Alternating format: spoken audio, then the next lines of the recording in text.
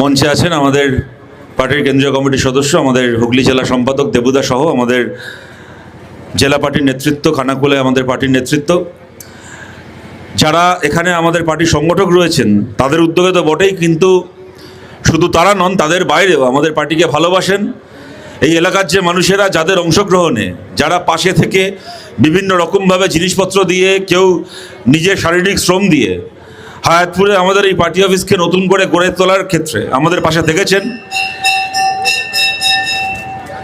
এটা তাদেরই অফিস। দেবুদা বলার সময় বলছিল কমিউনিস্ট পার্টির অফিস মানে খালি কমিউনিস্ট পার্টির কয়েকজন সদস্যের অফিস নয়, এলাকার মানুষের অফিস। সেই সমস্ত মানুষের কাছে আমাদের কৃতজ্ঞতা, আমাদের ভালোবাসা। আমরা সবাই জানি এই হুগলি জেলায়, বিশেষ করে হুগলি জেলার আরামবাগে আমাদের পার্টিকে গত 15-16 বছর ধরে কীরকম আক্রমণের সামনে পড়তে হয়েছে। আমাদের একাধিক পার্টি অফিস এখানে ভাঙচুর হয়েছে, দখল হয়েছে। আমাদের বহু কমরেডকে এখানে আমাদেরকে হারাতে হয়েছে। মিথ্যে মামলায় ঘর ছাড়া হয়েছেন আমাদের বহু কমরেড, আজ অবধি সেই কেসগুলো চলছে। এখন অবধি মিথ্যে মামলায় হয়রানি চলছে। এরকম শয়ে শয়ে কমরেড আছেন আমাদের হুগলি জেলাতে এবং আরামবাগ, খানাকুল এই অঞ্চলে। কিন্তু এত আঘাত, এত আক্রমণের পরেও ওরা ভেবেছিল এই সমস্ত কিছু করে আমাদের পার্টি গুটিয়ে যাবে। গত 15 বছর ধরে, 16 বছর ধরে যে মার আমাদের খেতে হয়েছে, যে আক্রমণের সামনে আমাদের পড়তে হয়েছে, আমাদের যত কমরেডকে হারাতে হয়েছে, আমাদের যত অফিস লুট হয়েছে, যত মিথ্যে মামলায় আমাদেরকে জেল খাটতে হয়েছে, এত কিছুর পরেও এই পার্টিটার নাম সিপিআইএম বলে পার্টিটা এখনো মাটিতে পা দিয়ে দাঁড়িয়ে আছে। অন্য কোনো পার্টি হলে বহু আগে উঠে যেত। কিন্তু আজকে আমাদের কাজ খালি লড়াইয়ের টিকে থাকা নয়, লড়াইয়ে এগিয়ে চলা। মার খাওয়ার দিন গেছে, পেছন দিকে ধাক্কা খেয়ে চলে যাওয়ার দিন গেছে, এখন সামনে এগোনোর দিন এসছে। সামনে এগোতে হবে। আমরা আমাদের দখল হয়ে যাবো, আমাদের ভাঙচুর হওয়া, আক্রান্ত হওয়া পার্টি অফিসগুলো আমরা খুলছি। এখানে আক্রান্ত হওয়া পার্টি অফিসকে নতুন করে গড়ে তোলা হয়েছে। কিন্তু এই হুগলি জুড়ে, এই বাংলা জুড়ে খালি আমাদের বন্ধ হয়ে যাওয়া পার্টি অফিসগুলো খুললে হবে না। এই বাংলার বন্ধ হয়ে যাওয়া প্রাইমারি স্কুলগুলো খুলতে হবে। এই বাংলার বন্ধ হয়ে যাওয়া মাধ্যমিক স্কুলগুলো খুলতে হবে। এই বাংলার এলাকায় এলাকায়, ব্লকে ব্লকে বন্ধ হয়ে থাকা কিষাণ মান্ডিগুলো খুলতে হবে। এই বাংলায়, উত্তর বাংলায় বন্ধ হয়ে যাওয়া চা বাগানগুলো খুলতে হবে। এই হুগলির শিল্পাঞ্চল জুড়ে, নদীর ওপারে ব্যারাকপুরের শিল্পাঞ্চল জুড়ে বন্ধ কারখানাগুলো খুলতে হবে। বাংলাকে আবার আগের জায়গায় ফেরাতে হবে। বাংলাকে আবার উন্নত বাংলা করতে হবে। সেই কাজ আমরা বামপন্থীরা, আমরা কমিউনিস্ট পার্টি আমরা করতে চাই। এবং যারা অতীতে আমাদের পাশে থাকেননি এই লড়াইয়ে, তাদেরকেও আমরা আমাদের এই লড়াইয়ে পাশে চাই। দেখুন, এখানে দাঁড়িয়ে ঘন্টার পর ঘন্টা তৃণমূলের নামে গালাগাল দিয়ে যাওয়া যায়। এই হুগলি জেলা, আজকে যার নামে আমাদের এই পার্টি অফিস, আজকে জন্মদিন কমরেড বুদ্ধদেব ভট্টাচার্যের। বুদ্ধদেব ভট্টাচার্য স্বপ্ন দেখেছিলেন এই হুগলি জেলাকে চাকরি দেওয়ার ঠিকানা বানাবেন। এই হুগলি জেলায় সিঙ্গুর তৈরি হবে। গোটা রাজ্য থেকে হাজার হাজার মানুষ এখানে কাজ করতে আসবে। এই হুগলির ঘরে ঘরে ছেলেমেয়েরা কাজ করবে। তারা কাজ করে বাড়ি ফিরবে। তাদের মাইনের টাকায় এলাকায় বাজার দোকান চলবে। তারা বাজার থেকে জিনিস কিনবে, দোকান থেকে জিনিস কিনবে, ব্যবসাপত্র বাড়বে, সমৃদ্ধিতে ভেসে যাবে হুগলি জেলা। সন্ধেবেলা আমাদের পাড়াগুলো গমগম করবে। পুজো, ঈদ, মহরম, ভাইফোঁটা মানুষ আনন্দের সঙ্গে উদযাপন করবে। ক্রিসমাসের সময় ব্যান্ডেল চার্চ, চন্দননগর থেকে শুরু করে এই গোটা এলাকা উৎসবে আলোয় সেজে উঠবে।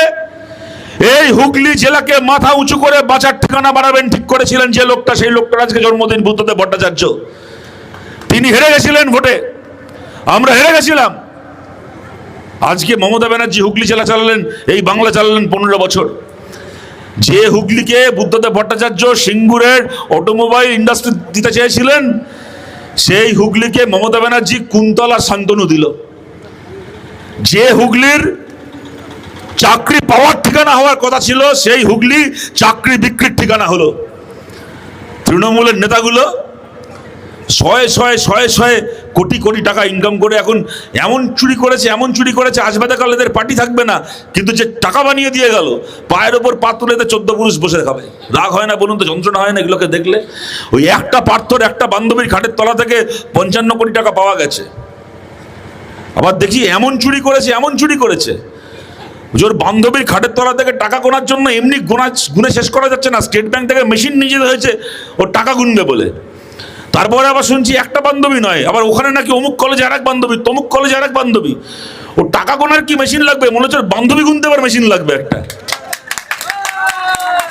তাদের খাটের তলা থেকে কোটি কোটি টাকা। কিন্তু যারা এখানে আমাদের দূর থেকে আমাদের কথা শুনছেন, যারা হয়তো সবাই আমাদের পার্টিকে এর আগে সমর্থন করেননি, আপনাদের জিজ্ঞেস করছি, ওদের একটা মন্ত্রীর একটা বান্ধবীর খাটের তলা থেকে 55 কোটি বেরিয়েছে।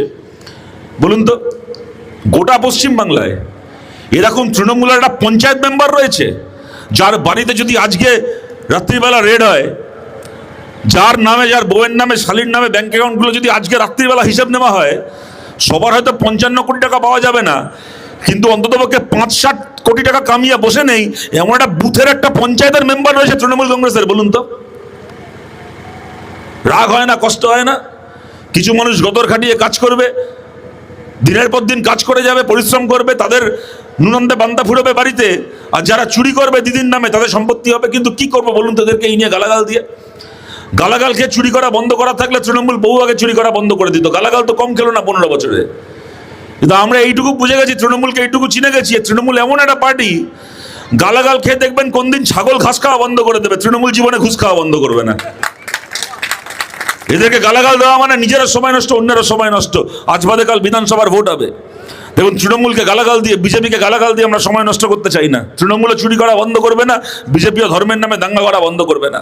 আমরা এইটুকু বলতে চাই যে আমরা, দেখুন এই মুহূর্তে আমাদের বিধানসভায় কোনো আসন নেই, অত্যন্ত কঠিন সময়ের মধ্যে দিয়ে বামপন্থী আন্দোলন গেছে, আজ বাদে কাল বিধানসভার ভোট। এখানে যদি দাঁড়িয়ে আমরা বলি যে এখন শূন্য আছি, এমন ভোট করবো যে আমরা একবারে 200 আসন পেয়ে যাব, বলার জন্য বলতে পারি, কিন্তু কথা সবাই হয়তো মন থেকে বিশ্বাস করবেন না। তাই সেই সমস্ত ভবিষ্যৎবাণীর মধ্যে যাচ্ছি না। এইটুকু বলছি, আমরা কটা আসন পাবো? আমরা 10টা আসন পাবো, 20টা পাবো, 50টা পাবো, না 100টা পাবো? আপনারা ঠিক করবেন। না 200টা আসন পাবো, একা সরকার তৈরি করব, নাকি বিরোধী হিসেবে বিধানসভার ভেতর গিয়ে লড়াই করব? আপনারা ঠিক করবেন, মানুষ ঠিক করবেন। কিন্তু একটা কথা আমরা বলতে চাই আমাদের পার্টির পক্ষ থেকে, এই বিধানসভা ভোটে আমরা এমন সংখ্যক বিধায়ক নিয়ে পশ্চিমবাংলার বিধানসভায় যেতে চাই যাতে আমাদেরকে বাদ দিয়ে, বামপন্থীদেরকে বাদ দিয়ে সামনের 5 বছর পশ্চিমবাংলা কেউ চালাতে না পারে। সামনের 5 বছর বাংলার রাজনীতি কোন পথে যাবে তা নিয়ন্ত্রণ করার মতো জায়গায়, তা নিয়ন্ত্রণ করার মতো শক্তি নিয়ে আমরা বামপন্থীরা বিধানসভায় যেতে চাই। আর দেখবেন যত ভোট এগিয়ে আসবে, দেখবেন ওরা ভাতার গল্প শোনাবে, আমাদের সরকার এই ভাতা দিচ্ছে, ওই ভাতা দিচ্ছে, এমন করে বলবে যেন ওদের বাবার টাকা ওরা দয়া করে দিচ্ছে। আমরা হেরে গেলে দিদি ভাতা দিচ্ছে, ভাতা বন্ধ হয়ে যাবে। কেন রে? তোর বাপের টাকা, তুই হেরে যাবি আর বন্ধ হয়ে যাবে? কার বাবার টাকা ওগুলো? আপনাদের বলছি যে সরকারি প্রকল্পগুলো আছে, ভাতাগুলো আছে, এমন নয় যে এই সব প্রকল্প তৃণমূলের আমলে শুরু হয়েছে। বেশিরভাগ প্রকল্প আমাদের সরকারের সময় থেকে চলছে। বার্ধক্য ভাতা, বিধবা ভাতা, মেয়েদের স্কুলে সাইকেল দেওয়া আমাদের সরকার শুরু করেছিল। এগুলো SC ST স্কলারশিপ আমাদের সরকারের শুরু করা প্রকল্প। অবশ্যই মমতা ব্যানার্জির আমলে কিছু নতুন প্রকল্প শুরু হয়েছে, আরও অনেক প্রকল্প শুরু হওয়ার সুযোগ রয়েছে। কিন্তু এইটুকু বলছি, এই প্রকল্পের প্রতিটা নয়া পয়সা মানুষের টাকা মানুষ পাচ্ছেন। এরা হাজার রকমের ভুল বোঝাবুঝি তৈরি করার চেষ্টা করবে, কিন্তু যারা আপনারা আছেন, আমাদের কমরেড যারা রয়েছেন, আপনাদের সবার কাছে আবেদন করছি, আমাদের সমর্থক যারা রয়েছেন সবার কাছে আবেদন করছি, জনে জনে এই কথা ছড়িয়ে দিতে হবে। মানুষের অনেকের মধ্যে এই আশঙ্কা ওরা চেষ্টা করবে তৈরি করার, যে যাক বাবা, পাচ্ছ তো একটা জিনিস, মাস গেলে এই কটা টাকা পাচ্ছ, কি দরকার যদি হেরে যায়, যদিও যেতে, যদি তোমারটা বন্ধ হয়ে যায়, কি যা হচ্ছে অন্যায় হচ্ছে সব হচ্ছে, ঠিক আছে, তবু ঝামেলায় যেও না, যেমন চলছে তেমন চলুক।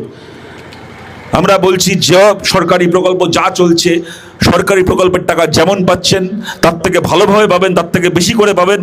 একটা সরকারি প্রকল্পের একটা নয়া পয়সা বন্ধ হবে না, বরং আজকে সরকারি প্রকল্পের নাম তুলতে গেলে ওই যে তৃণমূলের পার্টি অফিসে যেতে হয়, তৃণমূল নেতাদের সঙ্গে মিছিলে যেতে হয়, আর তৃণমূলকে কাটমানি দিতে হয়। ওদেরকে 40,000 টাকা 50,000 টাকা দেবেন, তারপরে আপনার বাড়ি তৈরি চেক তৈরি হয়ে আসবে।